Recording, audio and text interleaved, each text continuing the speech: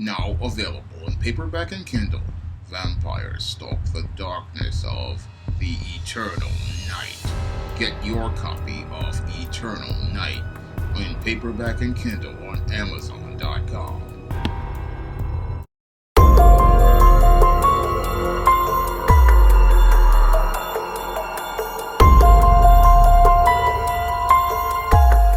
An EMT who was accused of murdering his wife is now alleged to have tried to take the life of his daughter by poisoning her with eyedrops.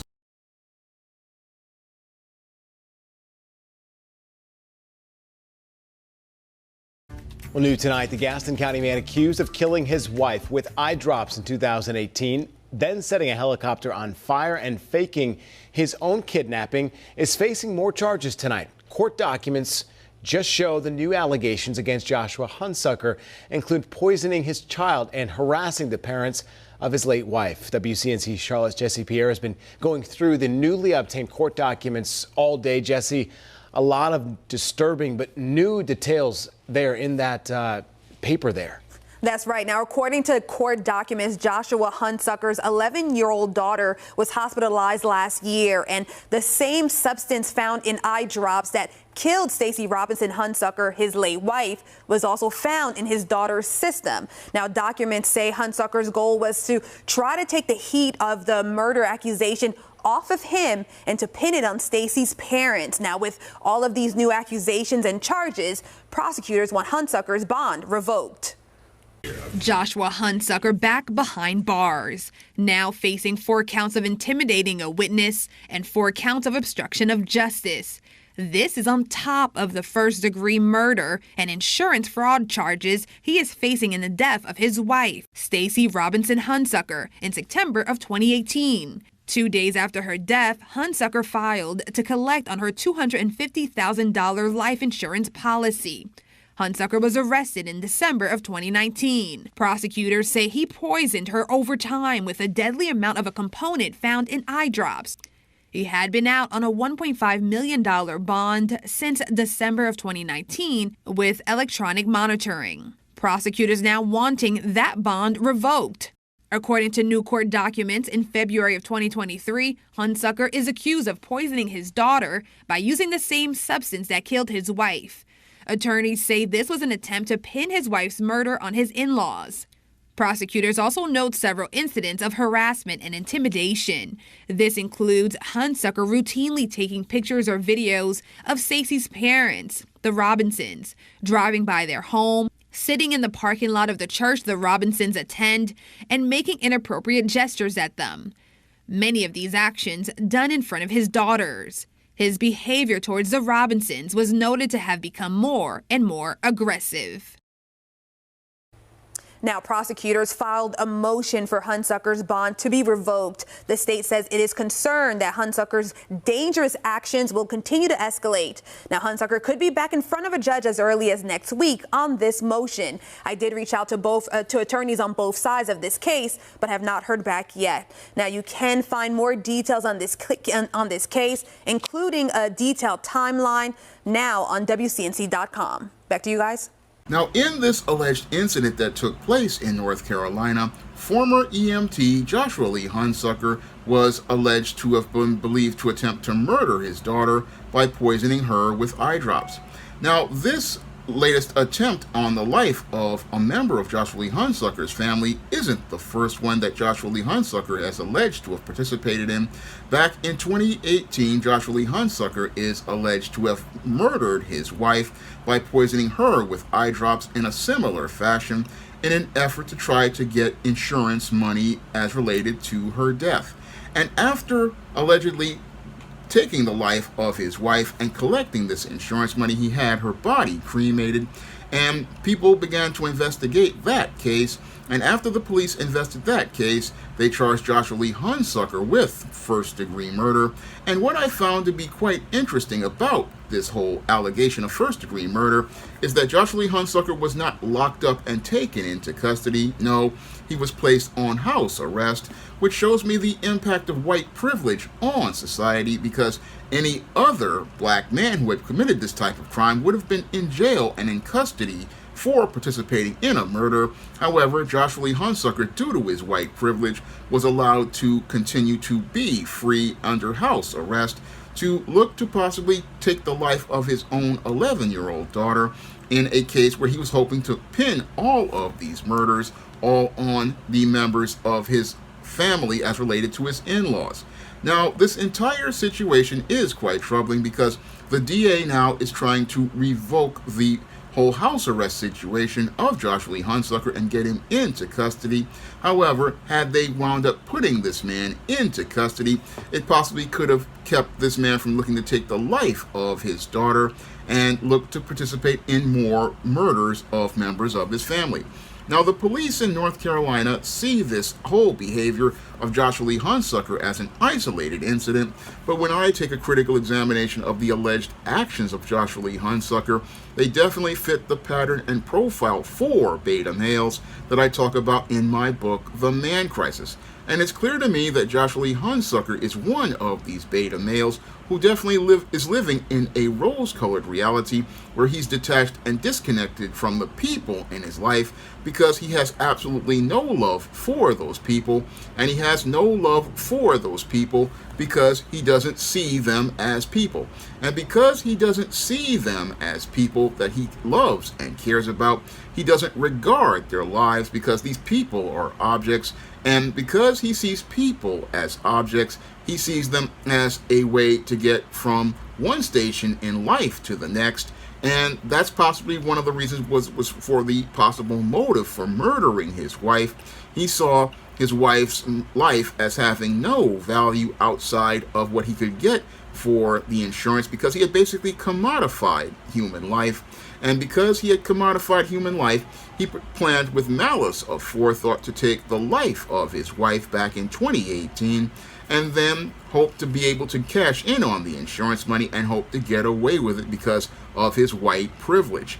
And because of his white privilege, he basically was able to remain free and remain free while he was basically dealing with first-degree murder charges, which again, I find to be quite troubling and quite puzzling because again, if Joshua Lee Hunsucker was a black man, this man would be in custody in a county jail until his trial, but he's allowed to remain free, and as he's allowed to remain free, he's basically still living in that rose-colored reality, still trying to implement the ideas that he created in a place I call the secret world. And what he wants to do as related to those ideas I believe he came up with in the secret world was look to take the lives of his family so that he could have a smooth world where he could basically go on with his life. Because with beta males, these men don't really, again, see people as people. They see them as objects in their world, and they want to go back to having their smooth world now that they've gotten what they want out of that person, and they want to go back to business as usual. And that's the motive for Joshua Lee Hunsucker, looking to, again, allegedly take the life of his wife and then his child, and then pin it all on his in-laws, because that's the plan that he came up with in the secret world. But in the real world, basically, what this man was doing was looking to murder his family so that he could go on and be single once more, and without having to take care of any sort of accountability or responsibility for that family. No, he didn't want to pay child support. He didn't want to pay spousal support or deal with the negative connotation of a divorce, because when it comes to the beta male, a divorce means that there's some sort of accountability on his side because of his actions, and because he didn't want to deal with any sort of accountability as related to his actions, what Joshua Lee Hunsucker looked to do was make his world smooth by erasing the existence of his wife's life and his daughter's life so that he would have no connection to anyone else, and wanted to do this again because he didn't want to be burdened with the responsibility or accountability of a failed marriage and a failed relationship based on his actions. So this just shows how depraved and how indifferent he is to human life. And what's really troubling is that this man is an EMT, a man trained to preserve life, but he had no regard for human life. And that's the whole thing that's truly troubling about this situation, is that this man, who was supposed to be someone who was supposed to be focused on preserving human life and preserving human safety, basically showed no regard for human life. That's what's really disturbing about this entire case regarding Joshua Lee Hunsucker, a man who basically, again, as related to these allegations, even though he was already charged with this crime and was basically waiting to go on trial for one crime of one murder of a family member, still continued to participate in the attempt to murder his own daughter, his own flesh and blood, and basically was given carte blanche due to the system of white supremacy, giving this white man a pass. Again, this trial basically should have gone on years ago, but this man was out here on this house arrest, still basically out here again participating in this whole plan. And again, really disturbing because it shows how dysfunctional our criminal justice system is under white supremacy, that this white man could again go on to look to take the lives of members of his own family with depraved indifference. And a DA now is looking to again put this man into custody where he should have been years ago and should have been tried and convicted years ago.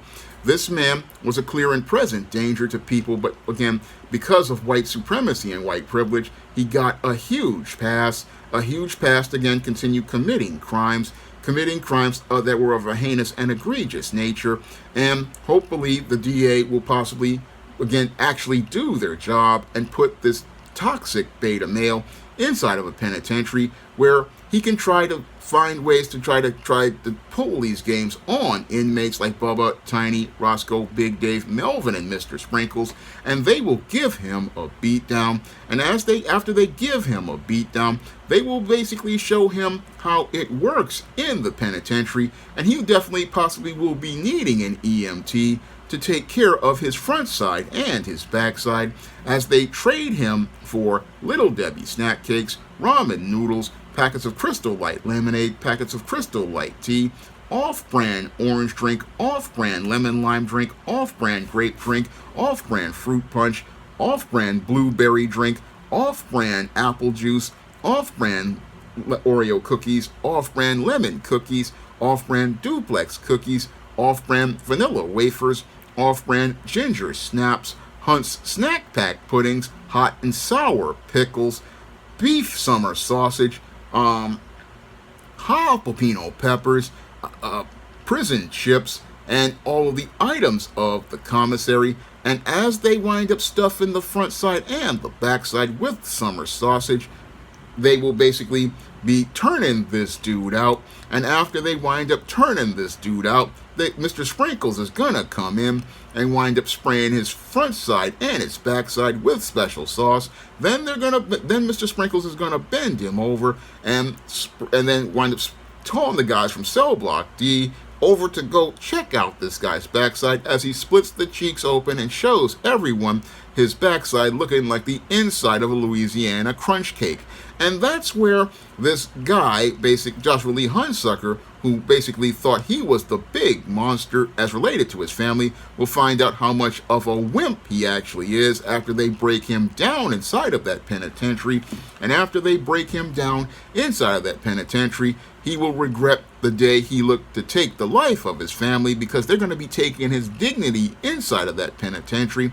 They're going to be taking his dignity inside of that penitentiary, and that's where he will rue the day he basically put his freedom at risk, all because he couldn't cope with the idea of having his world roughed by a divorce that he basically would have had to have implemented, because he could have just basically walked away from his family and dealt with that whole tarnished reputation as related to his image. But because he wanted to have a smooth world, he made his world just that much rougher, because he basically, again, didn't have any regard for human life. And now that he's done this, they will have no regard for him inside of the penitentiary, where hopefully this man will get a life sentence for the murder of his wife and a possible long sentence for the attempted murder of his daughter.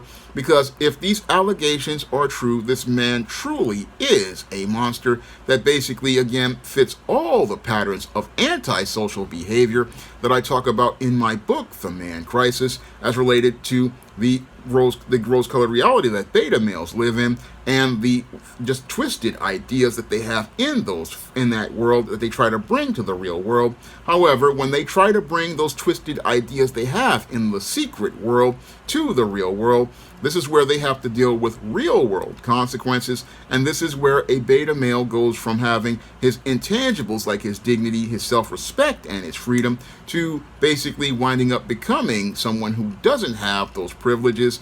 And that's what this white man is going to learn when they put him inside of the penitentiary for these extremely heinous crimes. I mean, these crimes are extremely heinous, but they sadly are something that what happens when you're dealing with beta males. These men, they have, again, no understanding of boundaries, no understanding of how to use logic and reason. They only act impulsively on their feelings, and when they do this and look to implement the ideas they imagine in the secret world, it just shows how sick and heinous these individuals are, and shows us how dangerous many of these beta males are, and how what's really even more scary is that there's millions of guys like this out here, and there's an increase in frequency of their violence. And sadly, the system of white supremacy gives these guys cover and as related to their heinous actions, and that's what makes these guys extremely dangerous. I mean, this guy had been going on for about 6 years now as related to the murder of his wife, and then goes after his daughter. I mean, this daughter was basically about 5 years old at the time of her mom's passing, and now this monster goes after his daughter. And again, just shows you how depraved these individuals are and how they have no regard for life. And because society doesn't want to acknowledge the man crisis, we have millions of guys like this out here, and even worse, due to white supremacy enabling these beta males, we have these guys out here looking to wreak havoc with no sense of accountability or responsibility for their actions. And that is the whole scary part about Joshua Lee Hunsucker. He was a man enabled by white supremacy to continue committing crimes because of his white skin. And that's the most disturbing part of this. This white male was participating in violence against his own family, and the government didn't see it as anything serious, the same way they don't acknowledge the man crisis. And what's scary is that this guy, again, looked to take the lives of his daughter and his wife just for money, and again shows us how depraved and indifferent these beta males are. And that's the whole scariest part about this man crisis in this country. Now, if you want to learn more about what motivates beta males to participate in their violence or identify their behaviors that can be violent, you can pick up my book, The Man Crisis, on Amazon.com in paperback and Kindle format. You can also find The Man Crisis at other online booksellers like Draft to Digital, Google Play, Barnes & Noble, and big box retailers like Walmart and Target. And if you'd like to see me make more videos about the man crisis like this one that was requested by a viewer, you can send a donation from a minimum of $15 to the Cash App or the PayPal by clicking the links in the description box. That's all I have to say for this video. You can comment, rate, and subscribe. Now available in paperback and e-readers, The Temptation of John Haynes. Give in to temptation and pick up this action-packed African-American paranormal romance. Get The Temptation of John Haynes in paperback and e-readers today. Now available in paperback and Kindle Unlimited, The Man Crisis. Learn why so many men are struggling to find their way in an increasingly gynocentric world in The Man Crisis. Get your copy of The Man Crisis in paperback and Kindle Unlimited today. Support Black-owned and Black-operated digital broadcast media. www.niceradionetwork.com. Nice Radio Network, broadcasting 24 hours a day, 7 days a week.